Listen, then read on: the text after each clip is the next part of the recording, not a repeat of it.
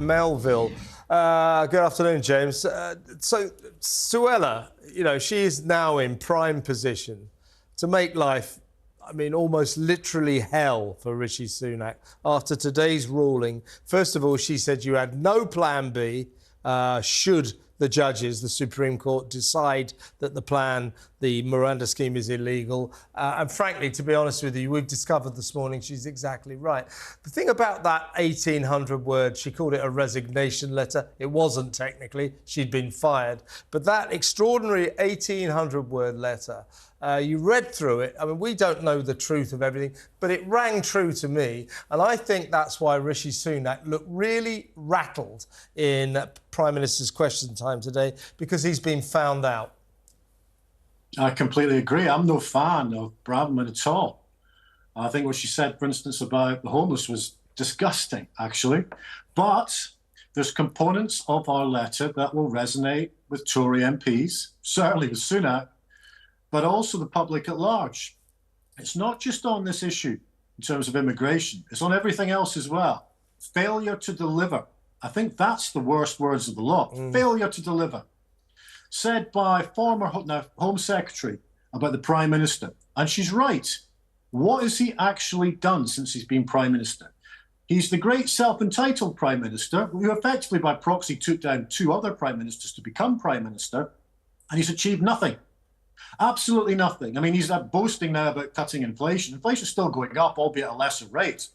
But there's still a massive cost of living crisis, of which when he was Chancellor, he contributed to a lot of that. And he was asleep at the wheel until it was too late. On every single major indicator, key performance indicators, our Prime Minister has failed. And then it gets worse than that.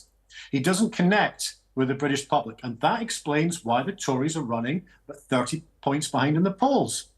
Labour haven't sealed the deal.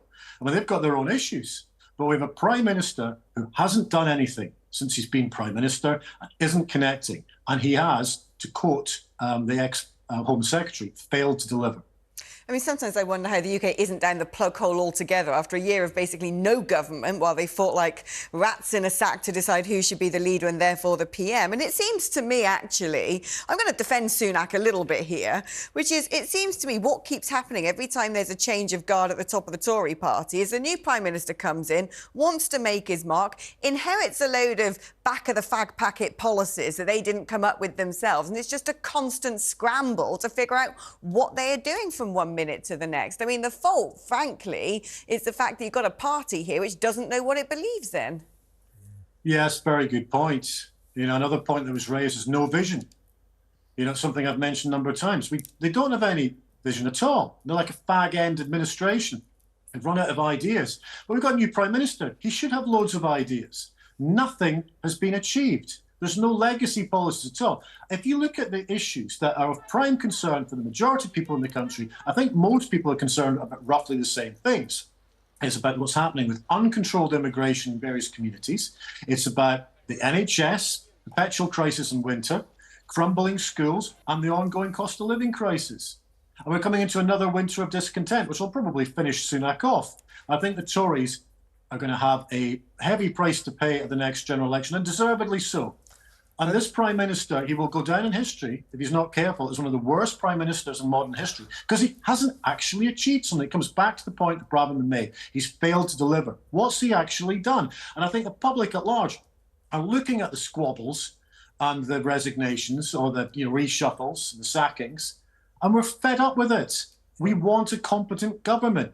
The majority of people in this country are crying out for strong leadership, legacy policies, and a Prime Minister and government who gets their concerns. We just don't have that, and we haven't had it for a very long time. And the reason we've got a multitude of problems in this country and many key issues is because the government haven't actually done anything. We're paying our taxes for ineptitude and gross negligence on a huge scale. I'm going to pick you up on something there, James, because I don't quite agree. You say he hasn't achieved anything, Rishi Sunak. He has. He's achieved an absolute miracle. He has brought somebody back from the dead, from beyond the grave. His name is David Cameron. Oh, hush my mouth, Lord Cameron. That was an act of utter desperation that I still can't get my head around. What does Sunak think he's going to achieve by bringing back that old dinosaur? Does he think there's votes in it? Because if he does, I got bad news for him. It's extraordinary, isn't it? I mean, Cameron is toxic. You know, based on what happened on both sides, in terms of the Brexit side of the debate and the Remain side of the debate, you know, you throw in what he did in terms of a botched policy in Libya, in terms of military interventionism, and also austerity. And they brought back this dinosaur of failure. Another bad prime minister. How is that going to connect with the public? Exactly right.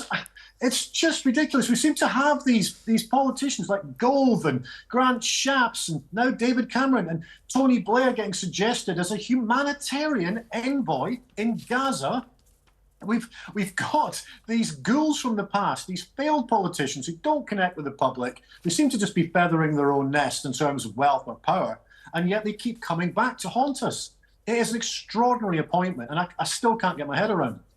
I mean, what's quite fascinating is Sir Keir Starmer, old Lego head himself, is managing to land some pretty significant blows on Sunak because he's just, you know, self-combusting. And yet, at the same time, all the noise from Braverman and the fiasco that is the botched Rwanda plan is covering up the fact today, remarkably, that the Labour Party are also having a massive fallout on an extremely critical subject, which is what the UK government should say and do about Israel, with him threatening to sack those people in the shadow cabinet who don't support the Labour Party's position of, well, frankly, a ceasefire, which is long humanitarian pauses every single day, when not actually supporting a ceasefire. The problem we've got in our parliament is actually both parties are split into multiple factions, and we just get faction fighting instead of leadership.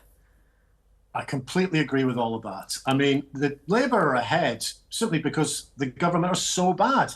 But they don't look like a government in waiting. It's not like back in '97 whereby, you know, Blair was a professional machine and they looked ready. This isn't the case. Again, Starmer doesn't connect with people either. We've got Sunak, a machine corporatist prime minister, versus one of the dullest leaders in history. What a choice. I mean, and that's why, the most important issue of all, that's why the British voters, there's a disconnect with the politicians. They're disengaged, they're disenfranchised. And meanwhile, we've got over 7 million people who are struggling to put food on the table or clothe their children or heat their houses. And we're going into another winter of discontent. And the vast majority of people are looking at these two parties and thinking, well, just what's the lesser of two evils? It's a terrible zero-sum game choice that we're all facing going into the next election. And also, democracy seems to be at stake here. As Suella Braverman pointed out in her incendiary letter last night, you know, nobody chose Rishi Sunak. He's not elected. He got the job by default because Liz Truss made a bit of a mess of it. He was the person that the Tory party and, in effect, the country rejected to be Prime Minister. We ended up with him. So Suella and others try to give him the benefit of the doubt. And what does he do? On Monday, brings in an unelected non-MP to be Foreign Secretary, one of the great offices of state. I would suggest that showed a sort of abrogation of prime ministerial responsibility. You should get someone who's elected, shouldn't you? Completely. I mean, it's about democracy. And, you know, we've got an abuse of democracy here now. You know, we've got the entitled prime minister who's sort of, there was very little opposition effect and certainly no vote even amongst Tory members. And now David Cameron, you know, presenting foreign policy in the House of Lords. It's absolutely outrageous. And I think this is a final straw for this government. And Labour are lucky. You know, Labour, you know, is at least said, you know, sooner win for Labour, because all they need to do over the next year, the Labour opposition, is to literally say nothing and they'll win. Because this government are, you know, they've run out of steam and now they're acting in pretty grubby, undemocratic ways. I mean, having David Cameron as Foreign Secretary, based on his backstory and the fact that he's not actually a sitting MP, is too much for most people. And I think the sad thing about this is we've got a multitude of problems in the country on many, many issues. And we have probably the worst government and the worst opposition at exactly the worst time. I couldn't.